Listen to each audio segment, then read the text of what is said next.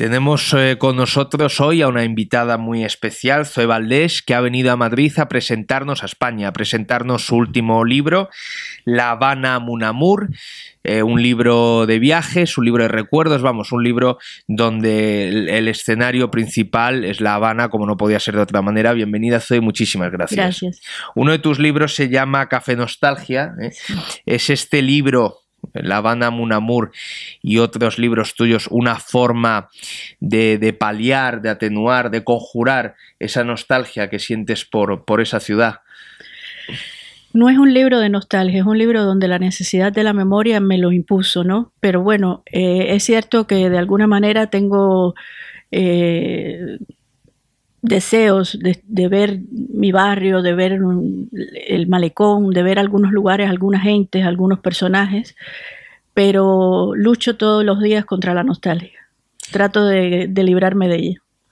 Bueno, claro, porque el libro además tiene una parte muy importante dedicada, protagonizada por la niñez, ¿no? Por esa etapa que ya se ha ido y no va a volver nunca, pero en este caso además yo creo que es doble esa especie de desarraigo, porque el escenario es esta ciudad, La Habana, esta ciudad hermosísima, a la que hace tantos años, yo creo que desde el año 95, ¿no? Sí, hace 20 años. Hace 20 años a la que no has vuelto, ¿no? No he vuelto y vuelvo cada noche en sueños, pero en realidad nunca he vuelto y no es por razones más que políticas, ¿no? La razón es la política y la razón es siempre pues la falta de democracia y de libertad en Cuba, que es lo que me detiene.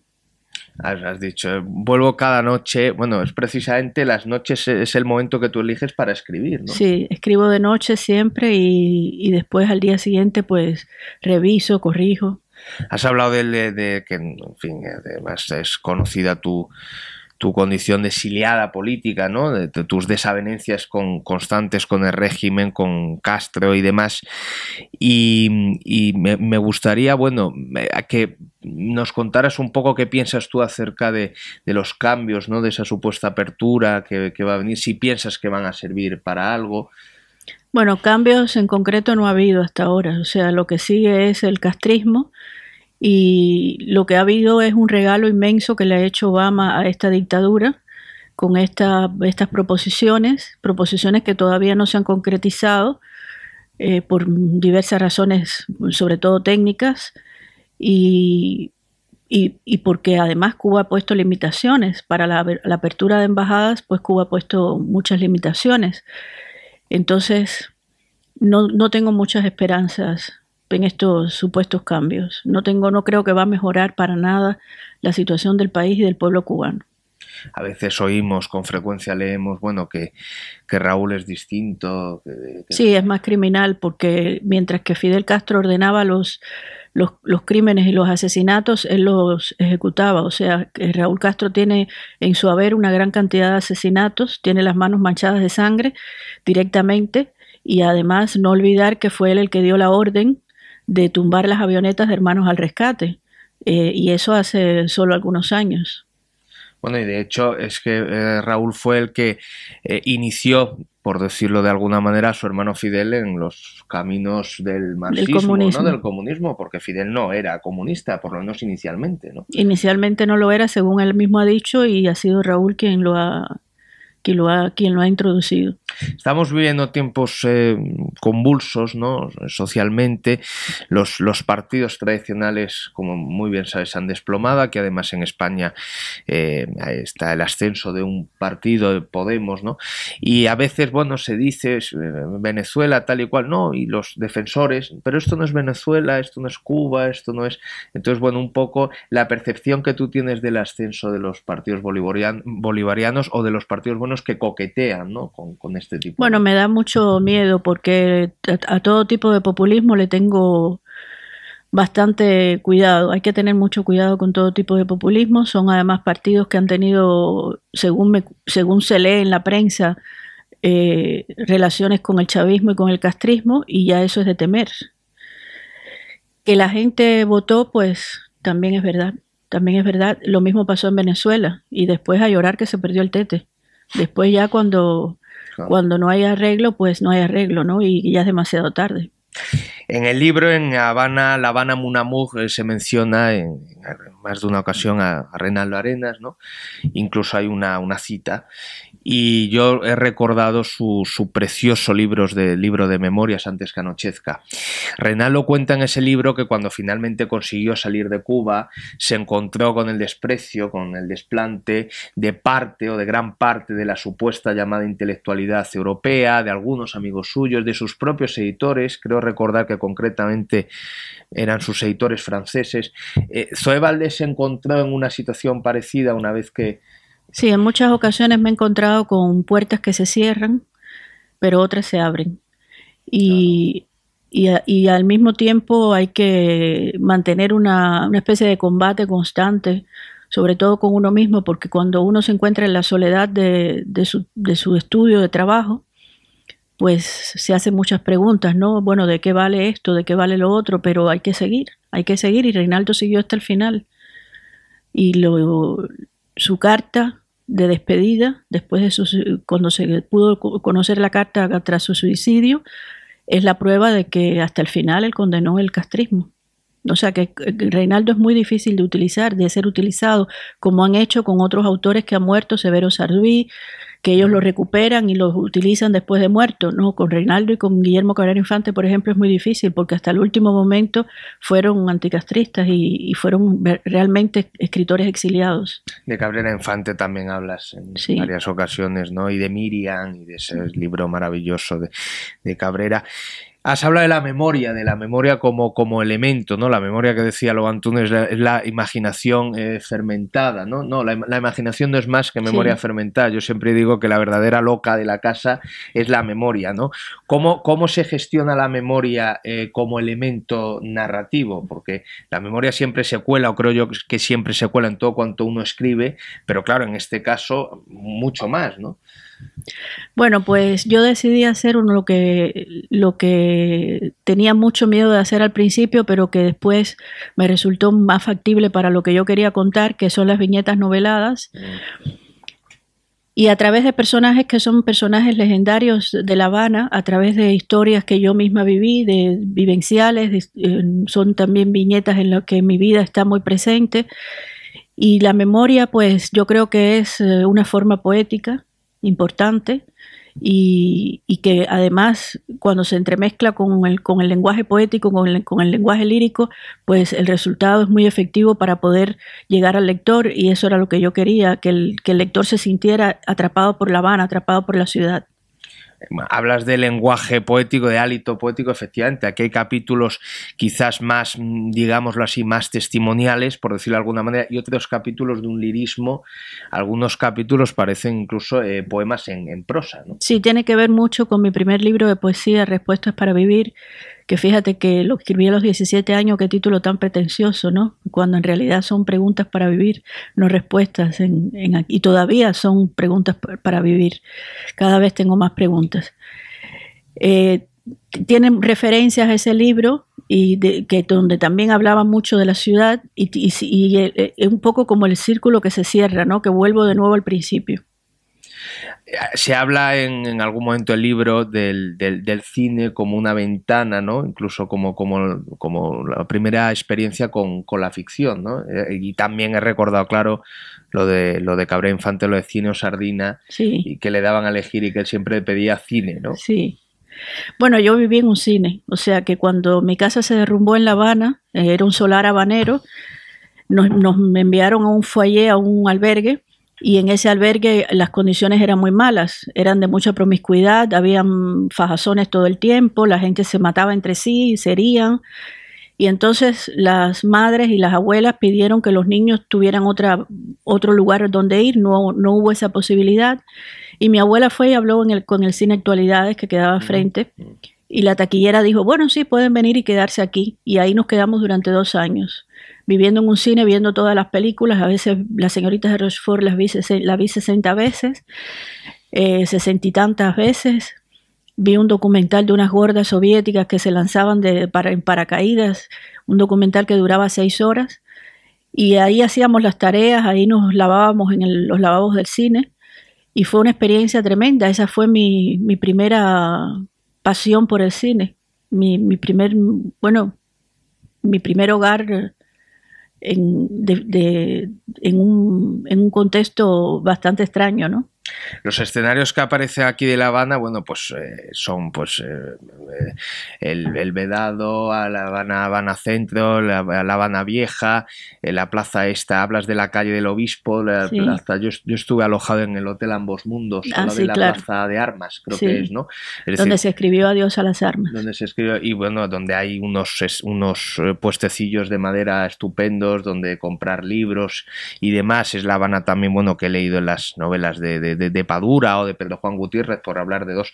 Pero una cosa que a mí me ha gustado mucho del libro y que quiero destacar es que aparecen también otros escenarios, una Habana más desconocida. Por ejemplo, hablas del campo, de la hermosura del campo, sí, de La Habana, ¿no? También de Cojimar, bueno, que es más conocido porque es donde Hemingway también entabló amistad con ese pescador que le inspirara. Pero bueno, eso me ha gustado porque no es La Habana, no toda La Habana que aparece es La Habana que conoce el turista, ¿no? En este caso yo, ¿no? Sí, La Habana Campo tiene paisajes extraordinarios. Además de eso, ahí nos tocó trabajar también. Ahí a toda mi generación las mandaron a trabajar en las labores agrícolas. Y de alguna manera, pues, una parte importante de nuestra juventud transcurrió allí. O sea que era necesario que yo escribiera sobre eso. Lo tengo muy, muy vivo y muy presente en la memoria. Bueno, es que una mujer con la que yo hablé mucho aquellos días que estuve en La Habana me decía, bueno, es que nos dicen que la educación es gratuita, y dice, es mentira, dice, porque en el verano nos mandaban a unos campos de trabajo, dice, yo me pagué mis estudios trabajando. En el verano y en el invierno, que sí, aquellos fríos a las 5 de la mañana que había que levantarse hasta las 9 de la noche que había que trabajar, pues que vengan y me lo cuenten. Me dio la impresión cuando estuve yo allí que la gente, te pregunto, no lo sé, que la gente más partidaria del régimen, de la dictadura castrista, era gente como más de interior, ¿no? Como suele pasar, gente, digámoslo así, con menos formación, gente que quizás tenga menos acceso pues a la televisión, a la radio y demás, ¿no? Y que en La Habana sí había gente, bueno, que se informaba de otras maneras, digámoslo así, extraoficiales. Sí, ¿no? siempre... Más... La información siempre ha llegado a La Habana de manera más, por decirlo, clandestina, pero un poco más libre también. En el campo ya es diferente, aunque desde hace algunos años en Santiago de Cuba, en Palmarito de Cauto, en varias regiones del oriente del país, la verdad que hay movimientos importantes de resistencia y eso se sabe a través de YouTube, de los videos que ellos mismos ponen. Y son movimientos que son de admirar porque no es fácil ser del campo y estar desinformado y tratar de lograr que la información pase, que lo que está sucediendo con los raperos, con los músicos, con los poetas de la calle, que son gente que no pueden publicar y lo hacen a través de la música, se sepa y se conozca a través de YouTube en el mundo entero. Ya eso es un paso de avance increíble y eso nada más que la resistencia del interior de la isla lo puede hacer con la fuerza que lo hacen, ¿no? Ahí se ve en esto que estás diciendo lo importantísimo que es el arte y todo lo artístico como elemento de insumisión, ¿no? Sí. De rebeldía, ¿no? He mencionado antes a Pedro Juan Gutiérrez, a Leonardo Padura, son escritores además que vienen muchísimo a España. Leonardo Padura incluso se le dio en el gobierno de Zapatero, creo que en la segunda legislatura, la nacionalidad española. Pedro Juan viene mucho por aquí. Me figuro que os encontraréis en congresos literarios. ¿Tú tienes relación con escritores que viven en Cuba? Con Pedro Juan Gutiérrez me encontré una vez en la Guadalupe. Con Padura nunca me he encontrado, la verdad, y tampoco quisiera encontrarme. Yo creo que Padura mantiene un lenguaje extraño y yo tengo muy poco tiempo, no sé cuánto vaya a vivir, espero que mucho, pero yo no tengo tiempo para ese tipo de personas. Entonces te lo digo con toda honestidad. Sí. Y me vas a perdonar si soy muy dura, pero creo que él lo fue primero conmigo. O sea, él mismo, cuando salió La Nada Cotidiana, hizo unas declaraciones en contra mía, sin necesidad ninguna, porque no somos enemigos. O sea, yo no soy, mi enemigo es Fidel Castro y Raúl Castro, son ellos los enemigos. Entonces, así es. Yo estoy muy al tanto de lo que se escribe dentro de Cuba, estoy muy al tanto de los escritores que están presos, como el caso de Ángel Santiesteban, que está preso en estos momentos, que tiene el blog Los hijos que nadie quiso, y que fue un autor muy premiado por el régimen incluso. Y después cuando se viró, cuando se puso en contra del régimen, pues ya ves lo que le ha pasado, está en prisión. Hay una literatura underground que se está haciendo que es muy interesante, que es muy importante, gente con mucha cultura, gente que busca la cultura con una pasión enorme y con un interés enorme, y gente que todavía no ha sido conocida, pero yo creo que es importante que se conozca y que en algún momento llegarán aquí a Europa, y que, como hemos llegado algunos, y será sorprendente porque son gente con voces muy fuertes y muy contundentes. Sí, porque esta generación, la tú, etcétera, vendría a ser un poco la de los 80, ¿no? La de que en los 80 empezasteis a publicar, empezasteis a tener repercusión, y nos dices que ahora mismo también hay una generación talentosa que también está haciendo cosas talentosas. Así es, ¿no? Así es. La generación de los 80 es una generación límite, porque recuerda que en los años 70 fue el quinquenio gris, donde hubo mucha represión, bueno, Virgilio Piñera, toda esa gente fueron marcados y como se decía, parametrados. De hecho, la muerte de Virgilio Piñera y de José Lezama Lima un poco más temprano, pues tiene que ver con toda esta parametrización de los escritores y de los artistas. Y lo que vino en el 80 fue una especie de apertura, entre comillas, que el gobierno quiso dar, el régimen quiso dar, para dar una imagen hacia afuera de que habían cambios, como está sucediendo ahora, pero en la cultura. Y de esa oportunidad nos valimos algunos para poder hacer cosas fuertes, para poder hacer exposiciones en las calles, salir a las calles, leer nuestros textos en lugares donde no se podía leer poesía ni leer prosa fuerte en contra del régimen. Y claro, eso fue una trampa. Eso fue una trampa que nos obligó a la larga a irnos todos al exilio, o una gran parte al exilio de terciopelo, como se le llamó en aquella época, o al exilio duro y puro, como es el mío, ¿no? Vives en París, pero estás vinculadísima a España, publicas en editoriales españolas, has ganado varios premios. Me figuro que la literatura española también estás al tanto de ella y la sigues. Sí, cómo no, y me interesa mucho, y tengo muy buenos amigos escritores y gente que de verdad que me ha apoyado mucho y que apoyan a los cubanos, y que eso siempre da una fuerza mayor, ¿no? ¿Cómo cuáles? Bueno, mira, Arturo Pérez Reverte es una persona que siempre nos ha apoyado, Javier Marías, Rosa Montero también, Rosa Montero, que es una gran amiga además, Fernando Sabater, son gente que yo les tengo mucho aprecio, y se me olvidan algunos ahora mismo, pero hay muchos más. ¿Volverás pronto a La Habana?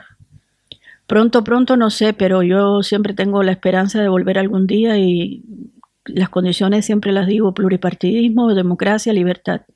La Habana, Mon Amour, el último libro de Zoe Valdés. Muchísimas gracias, Zoe, ha sido un placer, a ti. Para y mí muchísima también. suerte.